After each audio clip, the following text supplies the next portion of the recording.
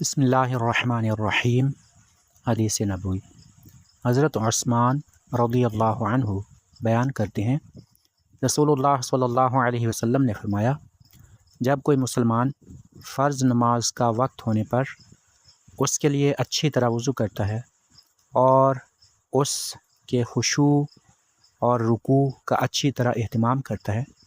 تو وہ اس نماز سے پہلے کیے ہوئے گناہوں کا کفارہ بن جاتی ہے، بشرطے کہ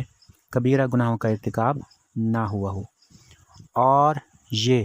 فرض نماز سے صغیرہ گناہوں کا معاف ہو جانا ہمیشہ کے لیے۔ اس حدیث پاک میں نبی اکرم صلی اللہ علیہ وسلم نے نماز کے لیے کیے گئے وضو اور نماز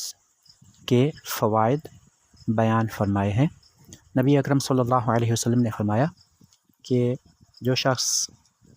نماز کے لیے اچھی طرح سے وضو کرتا ہے اور نماز بھی خشوع کے ساتھ ادا کرتا ہے، یعنی نماز کے جو ظاہری و باطنی آداب ہیں ان کو سامنے رکھ کر نماز ادا کرتا ہے اور رکوع بھی کرتا ہے، یعنی اس امت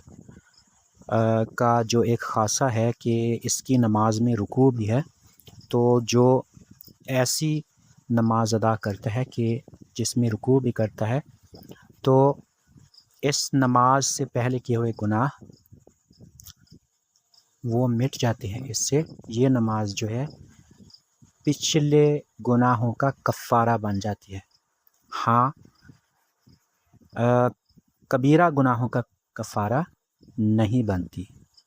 اور صغیرہ گناہوں کا معاف ہو جانا یہ ہمیشہ کے لیے ہے۔